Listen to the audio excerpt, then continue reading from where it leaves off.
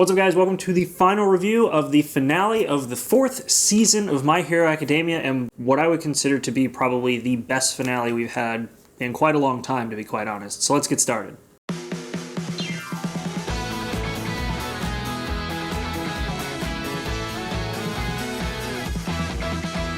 Hopefully that doesn't give away too much of my thoughts on this episode because I have a lot more to talk about, but man, usually the finales of these shows, of this series specifically, the finales of each season sort of have this kind of taper off and lead into the next thing, which we still get the lead into the next thing, but there was not any sort of taper off that this series had. This final episode didn't taper off. It ended with a bang, and I am so glad to see that because it really hyped me up for the next season, which they said is going to be happening, so I'm very excited to see that. Now, starting right out, though, we actually have a really touching moment at the very, very start of the episode with Todoroki's mom and his siblings, which I have a theory about something, and I'm sure that if I dug a little deeper on the internet, it's probably a theory that everybody else in the manga has come to already, but I'll get to that in just a second. We have Todoroki's older sister and older brother both visiting his mother, and it's actually kind of neat because they talk about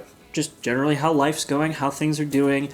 They mention that, of course, Endeavor is now at number 1, and it's kind of interesting because his mom, Todoroki's mom, is obviously still not seeing her husband, seeing Endeavor, but he still comes by and leaves flowers that she mentioned once. So it's interesting because we definitely see, and they point this out, that Endeavor is trying his hardest to, I guess, make right and face his family, like make right with his family and sort of face them. But obviously he is not doing it 100%. He still sort of has his own ways of doing it, which is kind of good and bad. It's also pointed out that Todoroki's writing letters to his mom, which is kind of nice, talking about how he's trying to catch up with the rest of the class and that kind of stuff. So there's a lot more going on, a lot more contact going on with Todoroki's mother, and just generally good vibes with that family, apart from Endeavor. So that is pretty neat. Though I will say, this all happened before the opening credits, and it kind of made me feel as though, like, they should have changed the opening credits, or maybe done what they do with, like, big finales where they just play the actual action and have the credits rolling over the action, because cutting to this, like, happy-go-lucky song with, you know, the bouncy vibes that you get from previous episodes doesn't really, like, it's kind of shocking when you're, you know, dealing with this emotional family trauma moment and then action with Endeavor and then straight into hey like that was just kind of weird. So I guess before we get into the big fight with Endeavor, my theory is something to do with a specific villain who we've seen for quite a while now with Dabi, because there's a moment in the episode where we see that obviously Todoroki, Shoto, is being taken and trained because he's the one that's a perfect half and half split of hot and cold, whereas the rest of the kids, they aren't like that. And obviously we have a lot of interaction with both his older brother and his older sister. However, there is one child in the shot with red hair, which presumably means that he is, you know, only fire, just like his dad. So that is kind of curious to me, and I'm wondering if perhaps the initial idea was, you know, Endeavor pushing for this kid to be the next Endeavor, you know, and try to be as powerful as possible, which drove him, or maybe just familial issues drove him to becoming Dabi, the villain who we've had quite a lot of experience with in the past, who uses fire, a lot of fire. Blue fire, very hot, very powerful. So I'm wondering if that is a twisted rendition of a traumatized son of Endeavor. That's my theory. I'm going to stick to it until later seasons when we see what actually happens. Anyway, so let's get into the fight with Endeavor now that my stupid theory's out of the way. And it is badass. He really does show that while he is not All Might, he is number 1, and he is not going to go down without a fight. He's not going to pass up the opportunity to show that he is still there to maintain peace, and it's incredible. And my god, we have Yutaka Nakamura again showing up to do the animation for this incredible building destruction fight moment with Endeavor versus this Nomu. And we also learned that the black Nomu are different.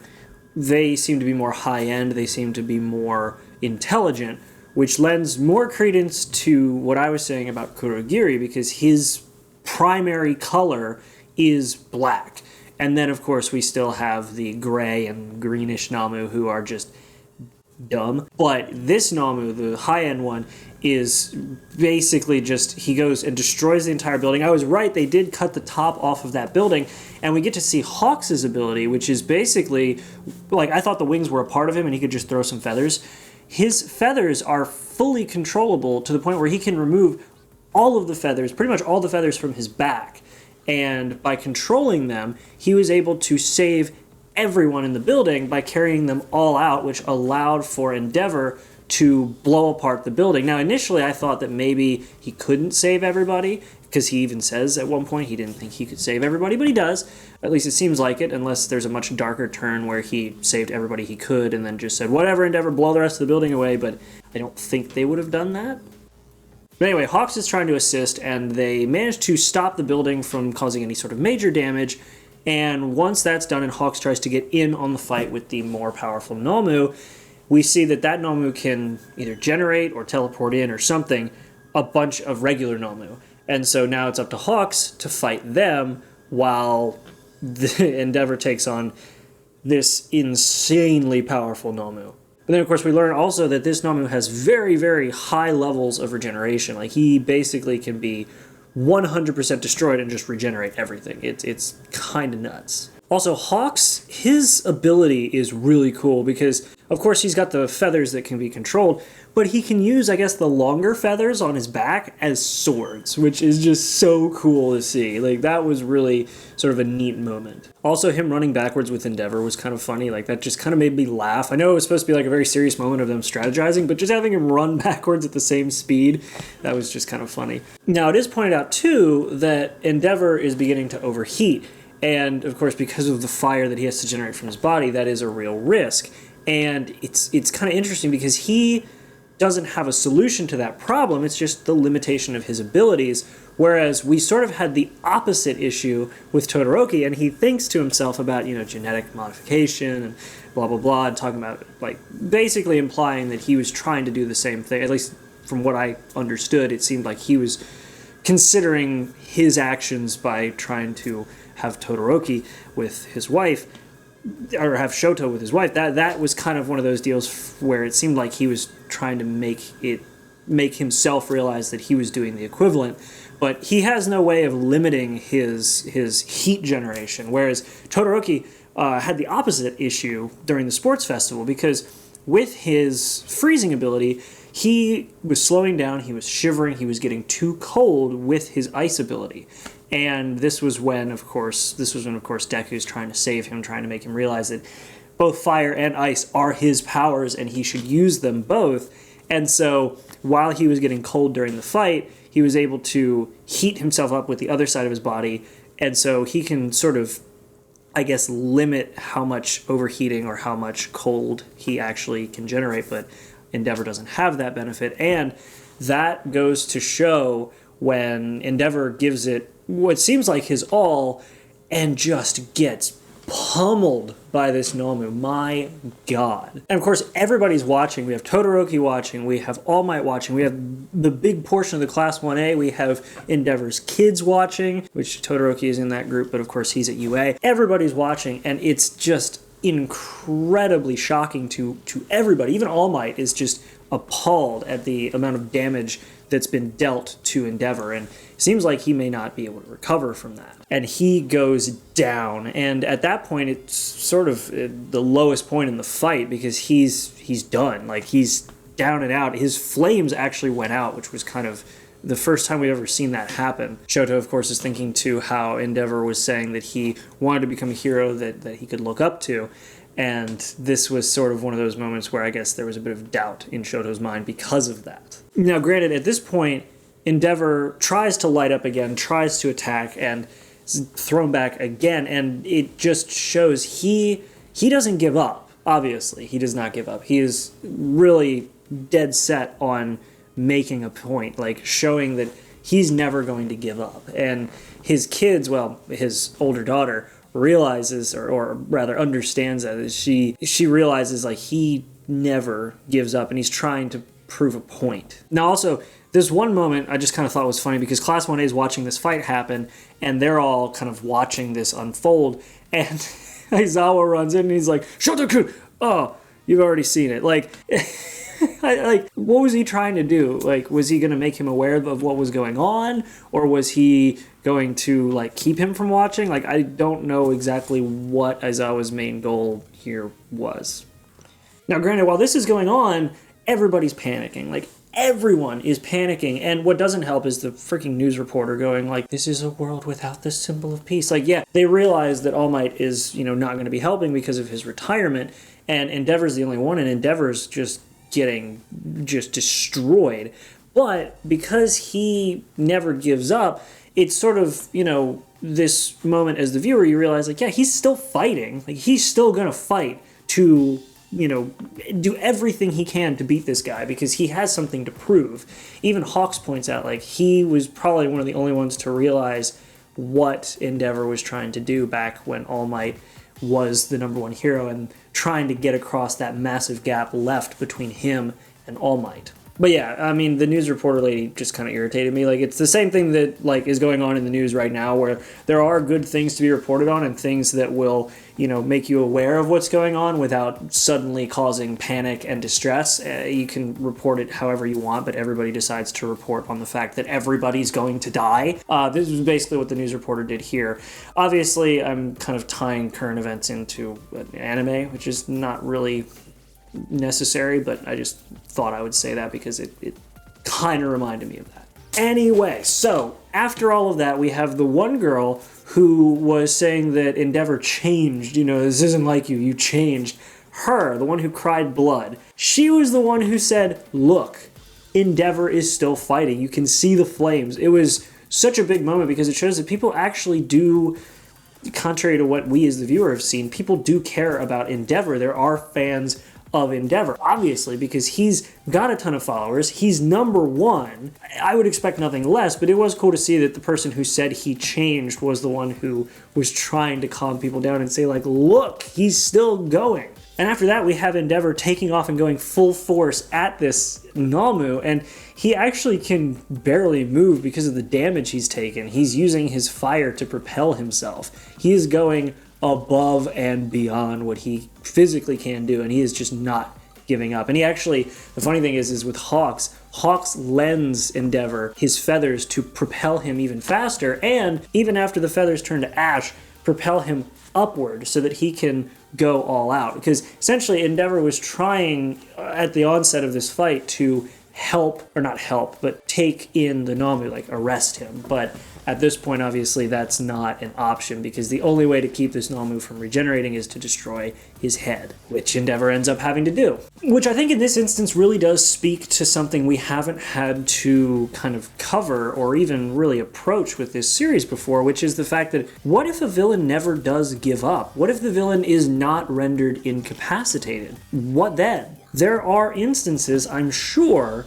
where the villains have to be killed by the heroes. In fact, we had that hinted at when All Might had his first fight that we never saw against All for One. So I would almost assume that that's something that's probably going to become a bigger theme later, just because now that we've got these villains who will not give up no matter what, it's quite possible that there will be a point where heroes have to make the call to kill somebody. And it may not end up being a Nomu. It might be a person. So I'm very interested to see what that will become. Either way, Endeavor takes this Nomu up as high as physically he can go and blasts him back down to the ground. And of course, I love, he says, I always hated this class motto, but plus ultra. Now, something a friend of mine pointed out, actually, which I didn't think about or even notice, but he pointed it out to me, and it's a very interesting point. With the way that Endeavor was fighting this villain, with the way that he punched him, he used the opposite hand to All Might, which is such a small detail. Like, he swung with his left instead of his right. But even with that being the case, that sort of shows you as the viewer and I guess is sort of meant to imply that Endeavor is still very powerful and is acting as the new symbol of peace, just watch me. But even with that, by swinging with his left instead of his right, he is fighting to be the symbol of peace just like All Might, but he's doing it differently. He is not All Might, which is kind of an interesting little detail. I don't know if I'm overthinking it. I don't know if he's overthinking it, my buddy, but I thought that was a really interesting little touch. Either way, with that one final blow to the ground, prominence burst. That is the end of that Nomu, and we have Endeavor standing victorious at the end of the fight. And it was one hell of a fight. My God, like I said, this episode helped end this run of the season with a massive bang, and I could not be happier. And it also shows, as Deku points out, that while All Might is gone, heroes have to continue moving forward because, yeah, we've got Endeavor, and he's probably going to be a prominent figure from here on out since he's the new #1 hero. But even with that being said, the heroes of the future are members of Class 1A, members of Class 1B, all of these other class members that we have from A and all these other UA and other schools that we see, all of these heroes are the future.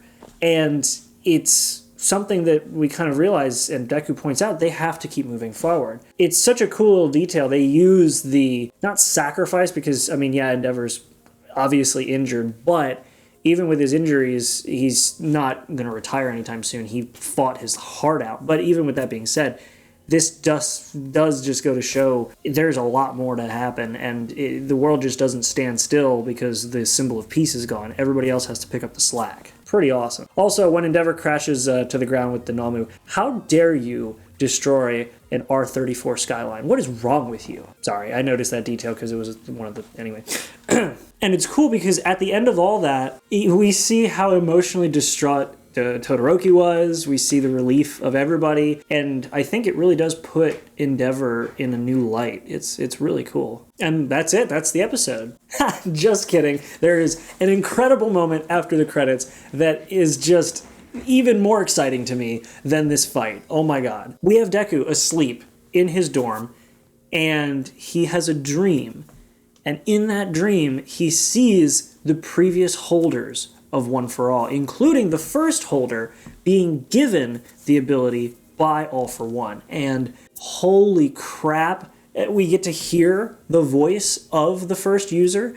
We see Deku reach out and grab the hand of the first user. We see a few other users, though there are a few others who are obscured in the background. But the biggest thing is that Deku wakes up after shattering the window in his dorm, and his sleeve is ripped apart. There's some damage, and One for All is glowing on his hand. And that kind of makes me wonder, with everything that's been going on, is he, now that he's expanding his control over this ability, is he losing some of that control? I don't know. I really don't, and I'm very curious to see what happens. But we see, obviously, that something to do with One for All is affecting Deku and is out of his control, which is kind of a scary thought considering how powerful it is already and how destructive it can be, not only to the environment around Deku, but to Deku himself. So that's sort of concerning. But either way, this season was incredible. And also, I'm kind of frustrated now because I got to do some other shows because I can't just rely on one weekly video of My Hero Academia. But either way, I really enjoyed this season. I cannot wait for the next season.